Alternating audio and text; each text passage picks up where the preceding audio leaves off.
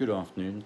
My name is Stephen Symons, and I'm a postdoctoral researcher attached to the Department of Historical and Heritage Studies at the University of Pretoria. My presentation this afternoon focuses on how South African males navigate essentialized identities of whiteness and masculinity within the contested geographies of a post-apartheid space. But it also addresses the origins of these notions of whiteness and masculinity. So I'd like to firstly take you back to the height of apartheid in South Africa, namely the 70s and 80s. It's of crucial importance to understand that, for example, my almost exclusively white middle-class childhood years and those of my classmates growing up in apartheid-era South Africa of the 70s and 80s were indelibly marked by the presence of the South African Defence Force, or SADF, and the constant presence of brown uniformed men in our lives. Conscripts wearing their uniforms in public or church on a Sunday morning reinforced the idealized image of loyal and patriotic white South African males as defenders of home and hearth from the so-called shadowy hordes of communists so intent on invading our country. It's estimated that approximately 600,000 men in all were conscripted from white South African society between 1968 and 1993. Apartheid instilled, categorized, and institutionalized a divisive sense of race. The normalcy of white superiority during apartheid was bound to the regime's socialization and militarization of white males. In turn, the present has resulted in an acute sense of loss of the familiar, a loss of certainty, a loss of comfort, even a loss of privilege, and the loss of well-known roles within South African society for whites. As Melissa Steyn writes, for white males, a delusional home has now collapsed. The conscription of white males during apartheid not only underpinned white power, but defined the white nation, specifically males. Black males were simply blurred out of the narrative, and in turn, white masculinity was always positioned as superior. White conscription was bound to various guises of masculinity and was perceived as a rite of passage and deeply enmeshed with notions of hegemonic and militarized masculinities. These notions of whiteness and masculinity tend to persist into the present for white males of the conscription era. The system of conscription in South Africa was racially determined and perceived as a type of nationalistic manhood. In a sense, one could say the SADF offered young men the opportunity to assert and prove their manhood, but also allowed the regime to groom male bodies for violence. Of course, these constructs pose very interesting contemporary challenges, namely, how does one attempt to deconstruct these white militarized masculinities in a contemporary post-apartheid space, or at least allow for these masculinities to give an account of themselves. To understand whiteness and masculinity in contemporary South Africa, one has to draw on history and the origins of current notions of South African whiteness and masculinity, namely the apartheid era and conscription into the former South African Defence Force. So it's been argued that whiteness is often made visible through violence and is undoubtedly entangled within all South African masculinities. Schools, universities, and related youth activities, prepared adolescent white males for military service, but in turn also allowed the formulation of a white militarized masculinity. The influence of the South African Defence Force over white schooling, in particular from the mid-70s as a means of preparatory military training, allowed for the development of a complex configuration of white masculinities that endures into the present.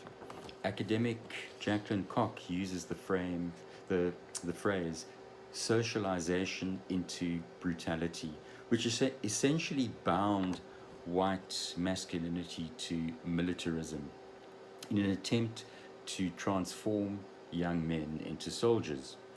This process was ubiquitous, exerting constant pressure from childhood on white males destined for military service, and it scaffolds much of white masculinity in South Africa today. It's also important to note that compliance was the response of the vast majority of SADF conscripts. Interestingly, the role of women, including the girlfriends of conscripts, and families served to strengthen the bonds between masculinity and militarism, and this is often ignored. Academic Yameka Makanyi makes a very pertinent point when he notes that men's bodies tend to intersect with their masculinities within a military institution. The white male body was a key construct in the formation of a militarized masculinity. And if we look back to the apartheid era, it becomes abundantly clear that the SADF socialized hundreds of thousands of young men according to some or other nationalist blueprint. In many respects, white males still refer to this blueprint in an attempt to navigate their masculinity and sense of race in the present. Irrespective of the cultural and political differences of the apartheid era white and English-speaking citizens, the ideological mechanisms of militarization required the compliance of all white South African familial structures. And in this regard, the National Party government employed a coercive rhetoric of fear, portraying the threat of communist expansion in Southern Africa as a means, I suppose, to justify conscription and national military preparedness. Therefore, the SADF acted in a sense as a forge for white Afrikaner ideologies which dominated how conscription was rationalized and marketed to whites during apartheid. The regime's narrative of external threat, of communism, was essentially a means of self-preservation. Aspects of what we could now refer to as part of a long-standing lager mentality that was woven into the intimacy of family structures, childhood, and the social fabric of white society. Interestingly, when one examines white masculinities in South Africa, we note that a small minority of white South African males resisted and rejected militarism, such as conscientious objectors and war resistors, but they were and are still portrayed or remembered as effeminate, naive, untrustworthy, and even politically dangerous. Undoubtedly, white masculine identities in South Africa during apartheid created and exerted the pressure of a military experience, and this is still felt today. Yet, if we want to understand the origins of this sense of militarized whiteness and masculinity, it's very important to examine their childhoods. Schools played an important role and functioned as nurseries or vectors for impressing ideological agendas in the preparation of white males for military service.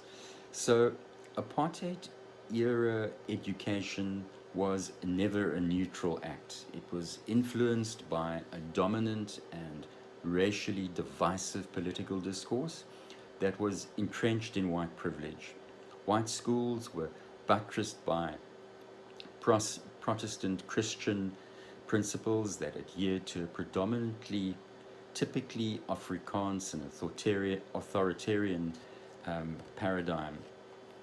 This form of Christian national education not only espoused the values of the nationalist regime, opposing a long-established British system of education, but also attempted to instill a system grounded in the life and worldview of whites, most notably those of Afrikaners, as senior white trustees of blacks. Added to this, pervasive notions of a country under threat infiltrated childhood, manufacturing social, psychological pressures rooted in fear and threat, irrespective of race. Both black and white children were taught to fear each other. These constructions of fear were fueled further by paramilitary organizations such as the school cadet system, which was referred to as national service by imitation at the Truth and Reconciliation Commission in 1993. We can therefore begin to understand that the configuration and construction of contemporary white masculinities were rooted in childhood, particularly during apartheid. Additionally, the role of sport, in a South African context at least, cannot be dismissed, particularly a sport such as rugby. Rugby was regarded by Afrikaners, Afrikaner males, as the king of sports, an important vent for male aggression. Sports heroes were idealized in a similar way to war heroes. In a sense, schoolboy rugby played a vital role in creating a seamless transition from the sports field to the parade ground. One can even argue that rugby was militarized in white apartheid era society and used as a key means by which white militarized masculinities were constructed and asserted in childhood. Sports such as rugby served as a benchmark from where masculinity could be measured and affirmed. Although rugby is a largely racially transformed space nowadays, the perception of the sport rugby as a hyper-masculine proving ground endures into the present within South Africa. Besides education, it's also important to examine the role of religion, particularly the Afrikaans Dutch Reformed Church, which was an active participant within the regime's total strategy and ideology. The Dutch Reformed Church was supportive of state policy, whereas the more politicized English-speaking churches, such as the Anglican Church, were often active voices of protest and social conscience, including leaders such as well-known Archbishop Desmond Tutu. The church therefore served as a conduit between white families and the South African Defence Force, playing a crucial role in winning the hearts and minds of South Africa's white population, commencing with children in Sunday school. For example, at the Truth and Reconciliation, Reverend Duploy referred to an unholy marriage between church and state, elaborating on how the Dutch Reformed Church cooperated fully with the South African Defence Force. Therefore, it's crucial when attempting to grapple with whiteness and masculinity in South Africa to examine the role of the church, education, and Afrikaner culture if you're attempting to understand the manner in which white masculinities navigate the present Whiteness and masculinity within South Africa are undoubtedly rife with contrast, contradiction, and by no means are homogeneous.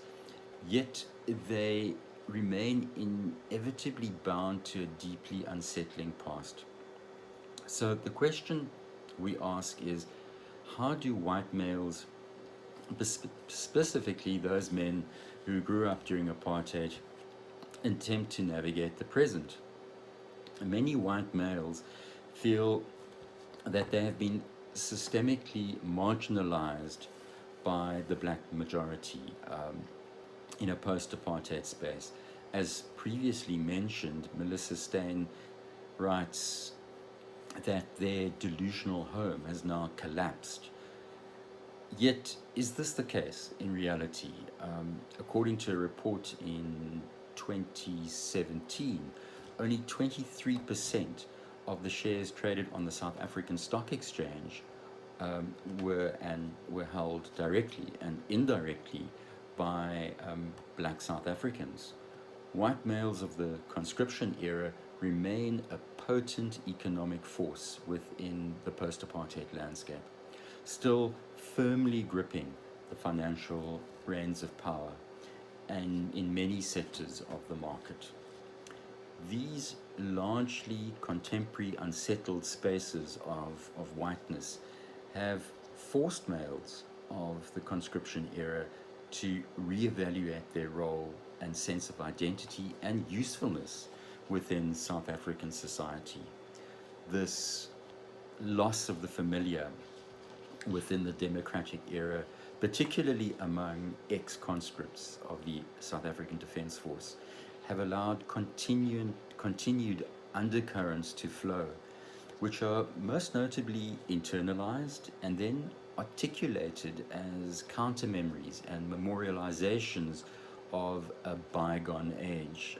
For many, social media, sport, and social gatherings such as braais, a traditional South African barbecue, all act as a locus of white masculinity. These seemingly comfortable spaces among friends allow these men to reimagine and attempt to navigate their past experiences and present experiences. Interestingly, for many white males, their militarized pasts have become memorialized within the digital domain of the internet, expressed on social media platforms such as Facebook and Instagram. These memorializations are often imbued with a sense of nostalgia, of a lost childhood, and they're presented as idealized and even romanticized reimagining of the social order of things during apartheid, and they are ever reticent to accept the present. I would therefore argue that nostalgia is a temporary balm for these men, for white males in South Africa. And indeed, in the case of white males of the apartheid era, it distances rather than incorporates. So one can argue that this form of distancing, often originating in childhood, becomes a series of lived experiences stretching from their childhood into the present.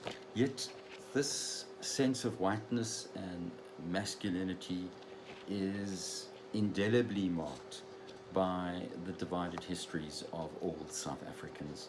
The militarized childhoods of many white South African males remain foundational in their perception of the world in which they inhabit. These memories are bound to personal, cultural, and social perceptions of the world that are in a state of continual modification. So, for many white males, they are navigating a terrain where both identity and recognition are in a constant state of flux, where identity is constantly being renegotiated. I would like to read an excerpt from an interview with a participant of my PhD research. His name is simply Michael, and he was a white male of the conscription era, and he describes the indelible effect that the past has had on him and how it defines how he navigates the present. This may seem strange, as he writes, but my reasons to avoid my past, and better still, completely erase it, has less to do with trauma, but more to do with how I feel about being white. On one level, I want to forget that I'm white, that I grew up in white apartheid era South Africa, went to a white school, went to a largely white university, was called up into a white army. All this stuff about race has exhausted me over the decades. It feels all too South African, and I want to put it behind me. I don't feel ashamed, perhaps part of me does, but I feel thoroughly exhausted by my white skin. I've made plans to leave the country, which might well help me forget. So, in closing, one is left with, I suppose, more questions than answers when attempting to understand and grapple with the complexities of whiteness and masculinity in contemporary South Africa. What we do know is that whites and masculinity in South Africa remain bound to the past in many instances.